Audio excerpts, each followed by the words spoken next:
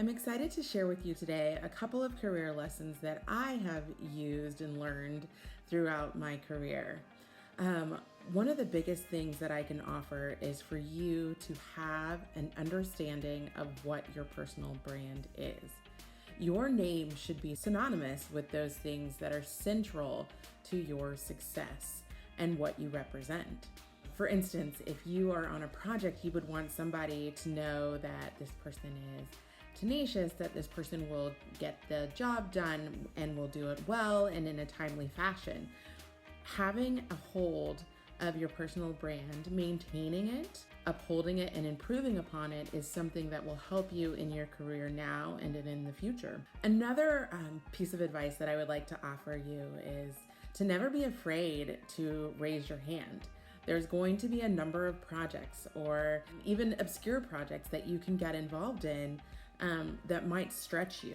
You may not have all the answers or have the complete experience that you feel is needed to be a part of the project. But if you feel like you have something of value and you feel like it's something that you can take on and learn and do a good job of, don't be afraid to stretch yourself and raise your hand. This is an opportunity for you to learn. This is an opportunity for you to lead. It's an opportunity for you to marry your skills from something that you are very assured of in your career or in the job that you currently do, that you can marry that with what is needed in order to take that project along. So don't be afraid to raise your hand. Don't be afraid to stretch yourself. Another huge piece of advice that I would want to relay to you is that it's very important to always know and consider your audience. Understanding what your expectations are of yourself, making sure that your leaders or the leaders within your organization know who you are in a positive light and that you know how to converse and speak with them in ways that are conducive to whatever your environment is. Another thing is you always hear is networking, but I want to move beyond just networking. It's really the connections that you make everywhere. Let's say you start at this job and in this role, and eventually you're going to move on to a new role or a new company. When you leave, always make sure that they're sad to see you go and that you can call upon them at any other time, whether it be for a reference or you never know when you might meet up with those people that you've worked with in the past at new organizations. And having that relationship and having that mutual respect, going back to your understanding and building of your personal brand, could get you in the door faster, could help afford you trust that you might not have had on your own. So always make sure that you make those connections, keep those connections, and don't burn any bridges. Another piece of career advice that I'd like to offer is to always know the expectations of your role. That means knowing beyond what the job description is. Sit down with your leader and ask your leader, what does the day-to-day look like?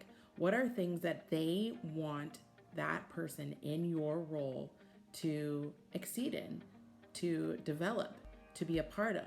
What are they looking for?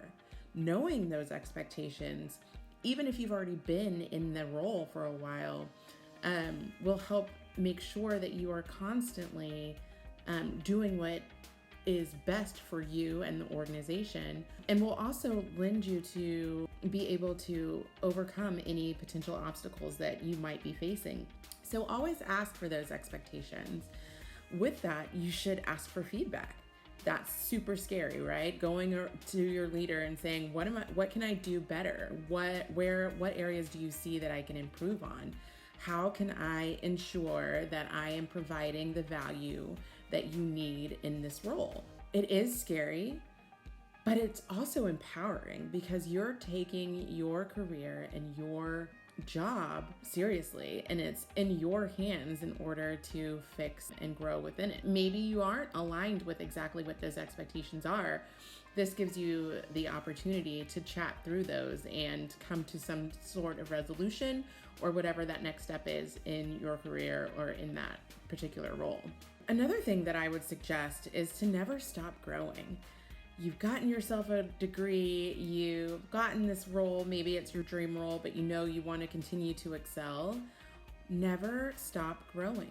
Whether that's taking a certificate course online, whether it's trying to become an expert in content writing, or if it's an expert in whatever industry that you are serving in, always find opportunities to improve upon your skills, keep your mind sharp.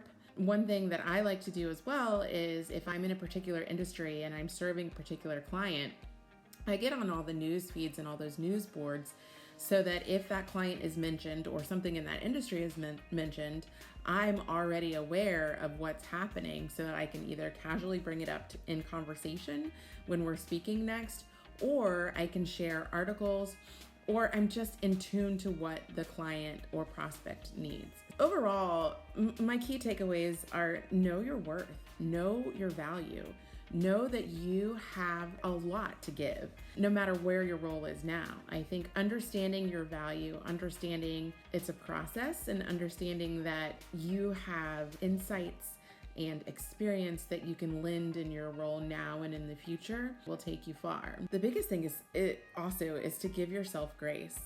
It's not going to be easy to just catapult up the reins or the ladder, especially with all the things that are going on in the world.